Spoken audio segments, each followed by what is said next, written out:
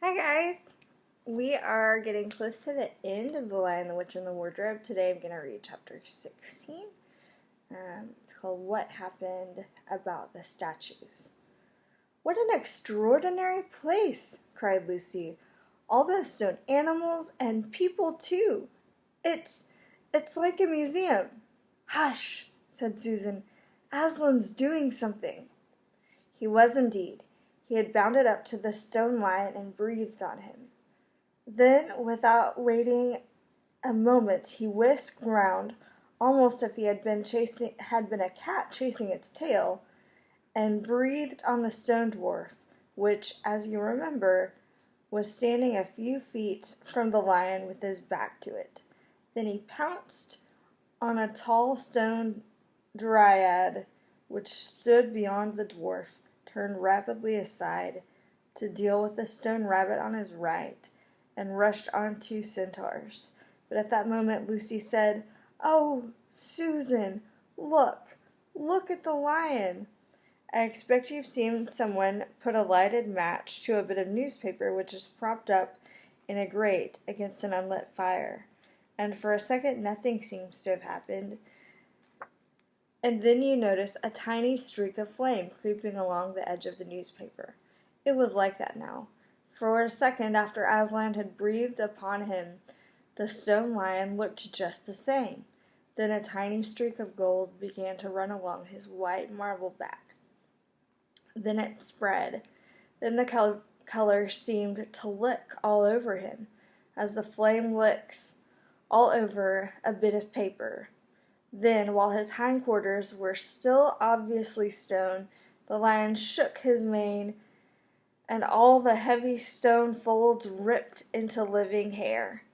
Then he opened a great red mouth, warm and living, and gave a prodigious yawn. And now his hind legs had come to life. He lifted one of them and scratched himself. Then, having caught the sight of Aslan, he went bounding after him and frisking round with him, whimpering with delight and jumping up to lick his face. Of course the children's eyes turned to follow the lion, but the sight they saw was so wonderful they soon forgot about him. Everywhere the statues were coming to life. The courtyard looked no longer like a museum. It looked more like a zoo. Creatures were running after Aslan and dancing round him till he was almost hidden in the crowd.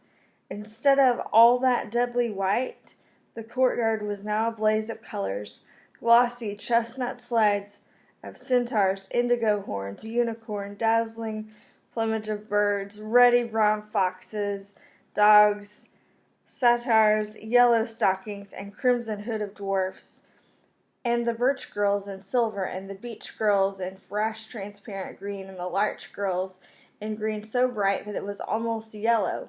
And instead of the deadly silence, the whole place rang with the sound of happy roarings, brayings, yelpings, barkings, squealings, cooings, neighings, stampings, shoutings, hurrahs, songs, and laughter.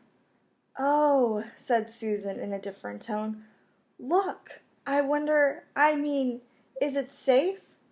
Lucy looked and saw that Aslan had just breathed on the feet of a stone giant. "It's all right!" shouted Aslan joyously. "Once the feet are put right, all the rest of him will follow." "That wasn't exactly what I meant," whispered Lucy to Susan, but it was too late to do anything about it now, even if Aslan would have listened to her. The change was already creeping up the giant's legs. Now he was moving his feet. A moment later he lifted the club off his shoulder. Rubbing his eyes, he said, "Bless me! I must have been asleep. Now, where's that drafted little witch that was running about the ground? Somewhere just by my feet it was." But when everyone had shouted up to him to explain what had really happened, and when the giant put his hand to his ear and got them to repeat it all again, so that at last he understood, then he bowed down till his head was no further off than the top of a haystack, and touched his cap repeatedly to Aslan, beaming all over his honest, ugly face. Giants, of any sort, are now so rare in England, and so few giants are good-tempered, that 10 to 1 you have never seen a giant when his face is beaming. It's a sight well worth looking at. "Now for the inside of the house," said Aslan. "Look alive, everyone. Upstairs and downstairs and in my lady's chamber. Leave no corner unsearched. You never know where some poor prisoner may be concealed." And into the interior they all rushed for several minutes. The whole of that dark, horrible, fussy old castle echoed with the opening of windows and with everyone's voices crying out at once, "Don't forget the dungeons! Give us a hand with this door! Here's another little winding stair! Oh, I say, here's a poor kangaroo! Call Aslan! Phew! How it smells in here! Look out for trapdoors! Up here! There are a lot more on the landing." But the best of all was when Lucy came rushing upstairs, shouting out, "Aslan, Aslan, I've found Mr. Thomas! Oh, do come quick!" A moment later, Lucy and the little fawn were holding each other by both hands and dancing round the room for joy. The little chap was none the worse for having been a statue, and was of course very interested in all she had to tell him. But at the last, the ransacking of the witches' fortresses ended. The whole castle stood empty, with every door and window open, and the light and the sweet spring air flooding to all the dark, evil places which needed them so badly. The whole crowd of liberated statues surged back into the courtyard. And it was then that someone, Thomas, I think, first said, "But how are we going to get out?" For Aslan had got in by a jump, and the gates were still locked. "That'll be all right," said Aslan. Then, rising on his hind legs, he bawled at the giant. "Hi, you up there!" he roared. "What's your name?" "Giant Rumble-Buffin, if it please you, your honor," said the giant, once more touching his cap. "Well then, Giant Rumble-Buffin," said Aslan, "just let us out of this, will you?" "Certainly, your honor." "It will be a pleasure," said Giant Rumble-Buffin. "Stand well away from the gates, all you little young'uns." And then he strode to the gate himself, and bang, bang, bang went his huge club. The gates creaked at the first blow, cracked at the second, shivered at the third. Then he tackled the towers on each side of them. After a few minutes of crashing and thudding, both towers and a good bit of wall on each side went thundering down into a mass of hopeless rubble. And when the dust cleared, it was odd, standing in that dry, grim stone yard, to see through the gap all the trees and all the grass and waving trees and sparkling streams of the forest, and the blue hills beyond that, and beyond them the blue sky. "Blowed if I ain't all in a muck sweat," said the giant, puffing like the largest railway engine. "Comes of being out of condition, I suppose. Neither of you ladies has such a thing as a pocket handkerchief about you." "Yes, I have," said Lucy, standing on tiptoes and holding up the handkerchief as far as she could reach. "Thank you, missy," said Giant Rumble-Buffin, stooping down. Next moment Lucy got rather a fright, for she caught herself in mid-air between the giant's finger and thumb. But just as she was getting near his face, he suddenly stared and then put her back on the ground, muttering, "Bless me, I picked up a little girl instead. I beg your pardon, missy. I thought you was the hankle-tree." "No, no, here it is," said Lucy.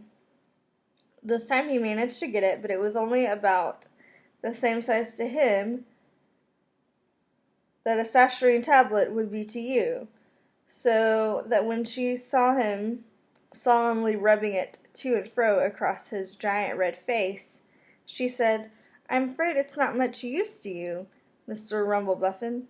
"No, not at all. Not at all," said the giant politely. "Never met a nicer handled chicory. So fine, so handy, so I don't know how to describe it. What a nice giant he is, said Lucy to Mr. Tumnus. Oh, yes, replied the fawn. All the Buffins always were. One of the most respected of all the giant families in Narnia. Not very clever, perhaps. I never knew that a giant was, but an old family. With traditions, you know. If he'd been the other sort, she'd never have turned him into stone. At this point, Aslan clapped his paws together and called for silence. Our day's work is not over yet, he said, and if the witch is to be finally defeated before bedtime, we must find the battle at once. And join in, I hope, sir, added the largest of the centaurs. Of course, said Aslan. And now, those who can't keep up, that is, children, dwarfs, and small animals, must ride on the backs of those who can, that is, lions, centaurs, unicorns, horses, giants, and eagles.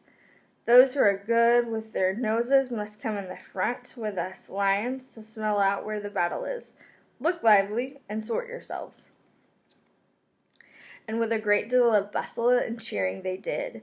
The most pleased of the lot was the other lion, who kept running everywhere, pretending to be very busy in order to say to everyone he met, "Did you hear what he said?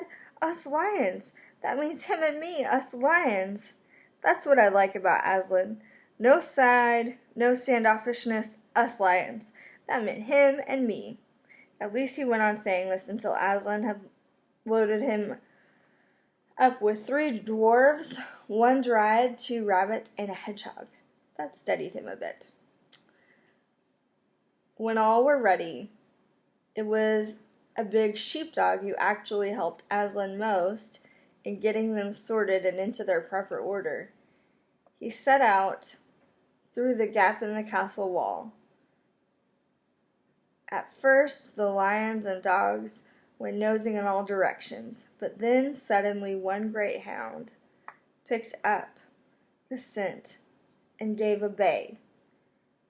There was no time lost after that. Soon all dogs and lions and wolves and other hunting animals were going at full speed with their noses to the ground, and all the others streaked out for about half a mile behind them. They were following as fast as they could. The noise was like an English fox hunt, only better, because now and then the music of the loud horns was mixed with the roar of the lion, and sometimes the far deeper and more awful the roar of Aslan himself. Faster and faster they went, as the scent became easier and easier to follow. And then, just as they came to the last curve in a narrow, winding valley, Lucy heard above all those noises another noise, a different one, which gave her a queer feeling inside. It was a noise of shouts and shrieks, and of all the clashing metal against metal. Then they came out of the narrow valley, and at once she saw the reason. There stood Peter and Edmund and all the rest of Aslan's army, fighting desperately against a crowd of horrible creatures whom she'd seen last night. Only now, in the daylight, they looked even stranger and more evil and more deformed. There also seemed to be far more of them. Peter's army, which had their backs to her, looked terribly few. And there were statues dotted all over the battlefield. So apparently the witch had been using her wand. But she didn't seem to be using it now. She was fighting with her stone knife. It was Peter she was fighting, both of them going at it so hard that Lucy could hardly make out what was happening. She only saw the stone knife and Peter's sword flashing quickly, that they looked like 3 knives and 3 swords, that the pair were in the center. On each side, the line stretched out. Horrible things were happening wherever she looked. "Off my back, children," shouted Aslan, and they tumbled off. And then, with a roar that shook all of Narnia from the western lampposts to the shores of the eastern sea, The great beast flung himself upon the White Witch. Lucy saw her face lifted toward him for 1 second with an expression of terror and amazement. The lion and the witch rolled together, but with the witch underneath at the same moment, all warlike creatures whom Aslan had led from the witch's house rushed madly onto enemy lines, dwarfs with their battle axes, dogs with their teeth, the giant with his club, and his feet also crushed dozens of foe, unicorns with their horns, centaurs with their swords and hoofs. And Peter's tired army cheered, and the newcomers roared, and the enemy squabbled and lived until the wood re-echoed with the din of that onset. Pretty exciting. That's it for today. Hope you guys are doing well. Bye.